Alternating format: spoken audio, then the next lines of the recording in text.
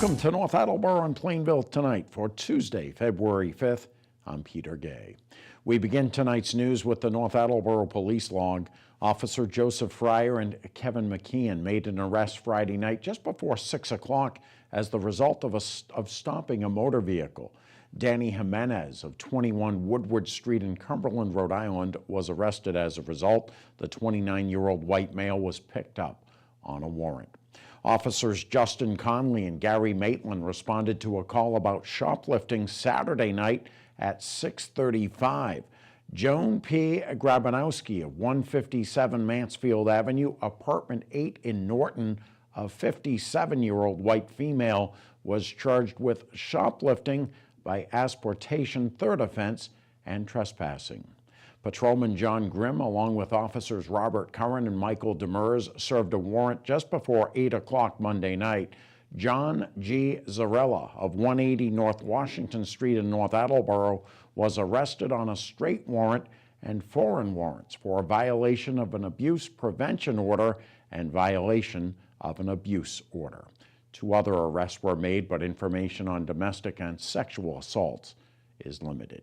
Information about arrests made in Plainville was not available. Superintendent Scott Holcomb had good news for the North Attleborough School Committee at that board's monthly meeting held Monday night.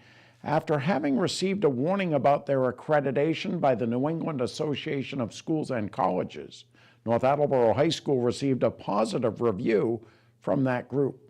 The final recognition, though it's not within your backup, because we heard about it, I believe it was late Friday, we got word from Allison Geary, who is the Deputy Director of the New England Association of Schools and Colleges. We knew that the high school had been under warning for a while through the accreditation process, and what she got back to us was she gave us the official word that North Attleborough High School is no longer on warning. It's been totally removed, fully accredited high school, and we owe a great debt of gratitude to the administrative team over at the high school, all the teachers, the paras. It takes a village. Over here, the curriculum piece with Lori and what she had to do, David and Kyle, the physical plant changes that took place over there. There's a long list of these things that we accomplished as a team to help remove us from warning to be that fully accredited high school. And again, no one can go about this alone, but this is tremendous news. I know for facts that if it wasn't for the override funds being funneled to the school department, there would be no way that we'd be sitting here today speaking about how the high school is now fully accredited.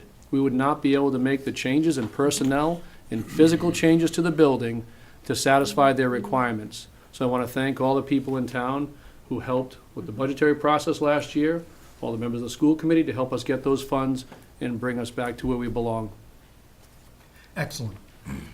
That is exceptionally good news. So going into this fall, our curriculum instructional leadership team, which was established and developed and put in place, each one of them were charged with evaluating their departments, working collaboratively in their PLCs in their departments to look at the courses that are offered, align those courses with our district vision, the curriculum objectives that we've had throughout our district in the last year and a half, and to think bigger, to think differently about how those courses exist. And so on January 7th, I believe, the subcommittee met with us here in this room, and we went over those changes and those summaries of additional courses or any changes that we're thinking of making.